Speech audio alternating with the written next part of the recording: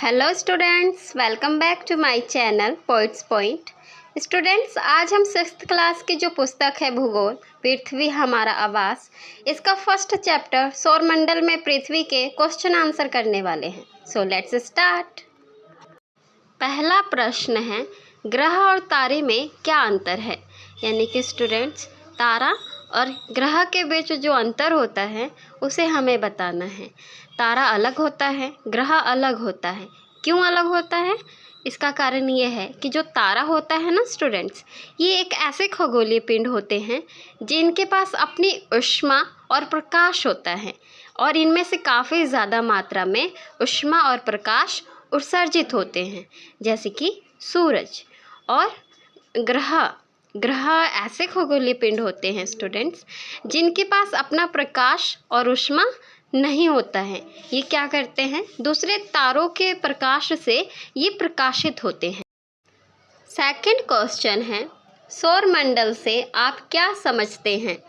यानी कि स्टूडेंट्स, सौरमंडल का क्या मतलब होता है ये हमें बताना है। तो क्या होता है ना स्टूडेंट्स, जो सौरमंडल होता है, सूर्य, ग्रह, उपग्रह और इसमें बहुत सारे असंख्य अन्य सूक्ष्म पिंड होते हैं। ये सारे मिलकर सौरमंडल का निर्माण करते हैं।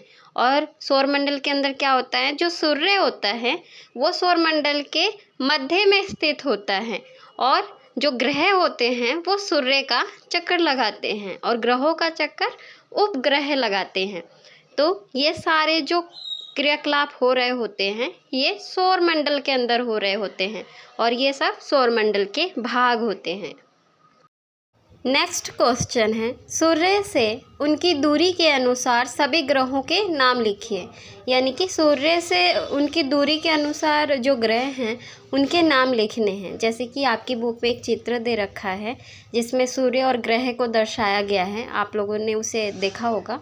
तो उसमें क्या है कि सबसे पहले सूर्य है और सूर्य के बाद बुध ग्रह आता है, उसके बाद शुक्र ग्रह और तीसरे नंबर पे पृथ्वी, फिर मंगल, बृहस्पति, शनि, यूरेनस, नेपच्यून, प्लूटो, ये सब ग्रह आते हैं। चौथा प्रश्न है, पृथ्वी को अद्भुत ग्रह क्यों कहा जाता है?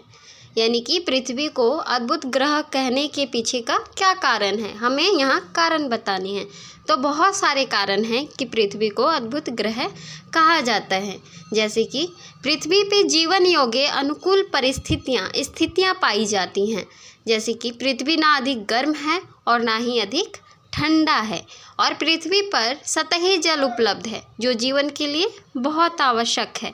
पानी के बिना तो कोई रह नहीं सकता ना, तो ये बहुत ज़्यादा आवश्यक चीज़ है जो पृथ्वी पर पाई जाती है।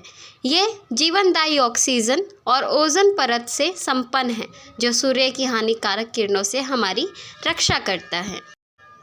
नेक्स्ट क्वेश्चन है, हम हमेशा चंद्रमा के एक ही भाग को क्यों देख पाते हैं? यानी कि चंद्रमा के हम केवल एक ही भाग को देख पाते हैं, दूसरे भाग को क्यों नहीं देख पाते?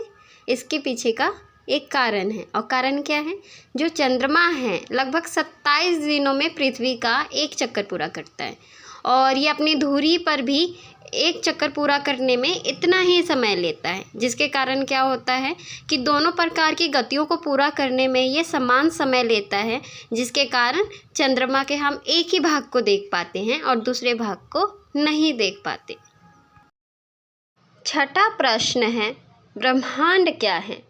हमें यहाँ ब्रह्मांड क्या है ये बताना है। तो जो ब्रह्मांड है ना स्टूडेंट्स, बहुत सारे तारों, पिंडों, ग्रहों, उपग्रहों और गैसों से मिलकर ब्रह्मांड बना है। यानी ये जो बहुत सारे आकाश गंगाएं होती हैं उनसे मिलकर ब्रह्मांड का निर्माण हुआ है। अंततः सूर्य जैसे तारे तप्त गैसों के विशाल पिंड होते हैं और ग्रहों और उपग्रहों का स्वयं का प्रकाश नहीं होता है, वह तारों के प्रकाश से जगमगाते हैं। स्टूडेंट्स, आज के वीडियो में बस इतना ही। मिलते हैं नेक्स्ट वीडियो में नए चैप्टर के साथ। जब तक के लिए bye, take care and keep studying.